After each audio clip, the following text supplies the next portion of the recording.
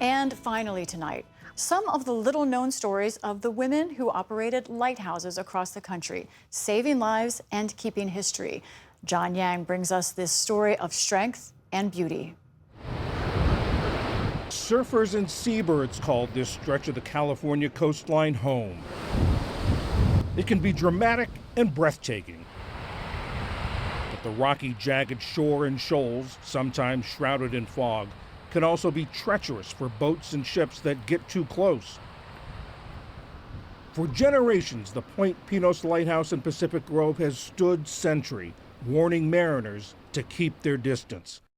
When it was built in the mid-1850s, this was an isolated outpost. The nearest town, Monterey, was about 4 miles away, reachable only by a twisty dirt and sand trail.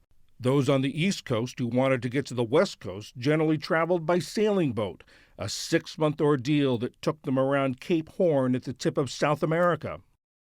This is the oldest continuously operating lighthouse on the U.S. Pacific coast.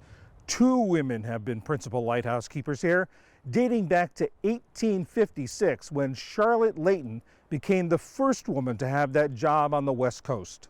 Charlotte Layton, who was the first, took over when her husband was killed. She sort of knew what to do, and she was widowed, and the people around the local community wanted her to have a job so she wouldn't be destitute. Nancy McDowell is the docent coordinator at Point Pinos. How did her husband die? He was with the group that went out to the house where this bandit was, and he went to the back door, and that's where the bandit came out and shot the 3 of them that were back there. And that's how she lost her husband, but also became the head keeper. Yes. These are sort of unheralded pioneers doing this. Right. We think it's wonderful, and especially that she got the same pay as her husband had. It was one of the first non-clerical government jobs open to women. Over the years, there were scores of women lighthouse keepers from coast to coast. One of my grandfathers worked at a lighthouse here in Nova Scotia, so I've always been fascinated. Shauna McDonald of Cape Breton University in Canada works to shine a light on the women who ran lighthouses. There were hundreds of women from the 18th, but really 19th and 20th centuries who kept lighthouses in the United States. Most of them, however, would not have been official keepers. So the official number is somewhere around 200. 200 is more than I had imagined. Did that number surprise you? Absolutely. I mean, I'm someone who's always been interested in women's history and women's lives. And I sort of felt ashamed that it hadn't ever occurred to me, even though I had been researching lighthouses, when I realized how many women had done this work or had been involved in some way. So from here you can see the original lens up there. And at Point Pinos, the second woman to be principal lighthouse keeper was Emily Fish.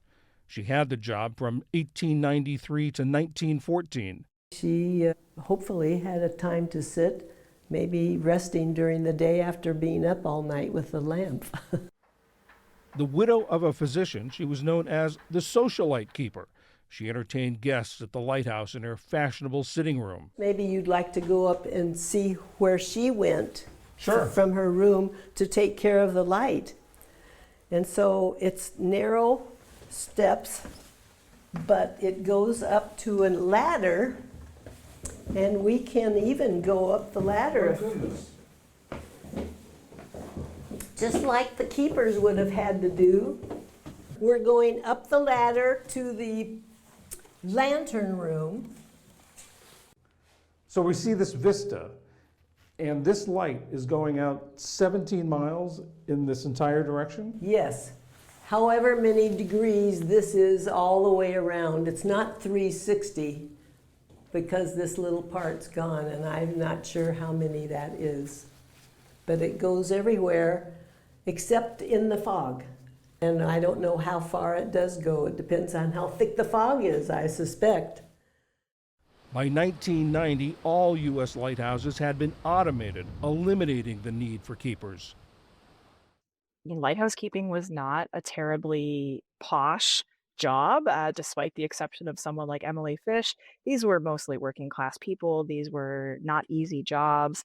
And while we might look at lighthouses today as places of beauty where we go to learn about history or we love to paint or take pictures of, at the time, they were just another necessary technology that everyone, relied upon.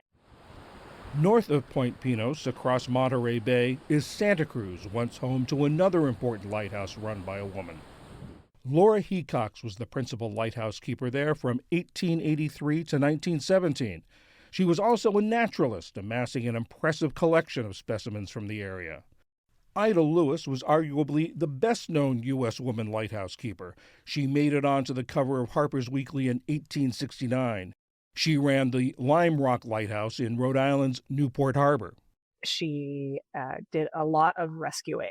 So that's how she came to be known, by rowing out in her rowboat and rescuing people who had gotten into some kind of trouble on the water. She began at the age of 15 because her father had fallen ill. And so he just sort of supervised and she did the work until she was an elderly woman. By all accounts, she was a tiny woman, but she was able to do these wonderful things.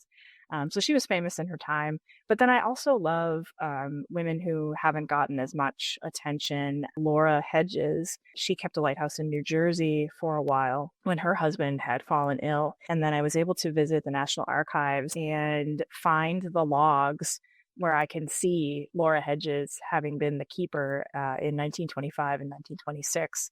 And the day that her husband passed, she simply had written in the log, "Keeper died," and the time, and the rest of the log is weather and sailing reports. Her husband dies, she makes a note of it, but she keeps on working. She keeps on her job. She keeps on working. These women are, remarkable for their strength, I think, both physical and mental, as well as obviously emotional, to be able to keep doing this work. Most of them didn't think of what they were doing as remarkable or interesting or strange. They did their jobs. They did them well. They cared for people. These logs were written by Emily Fish. Oh, wow. And usually it had to do with the weather and what was happening around. Hazy fog, clear showers. Lots. 89 years old, Nancy McDowell is determined to keep a spotlight on the stories of these women keepers, just as they and those like them around the country kept their shoreline beacons illuminated.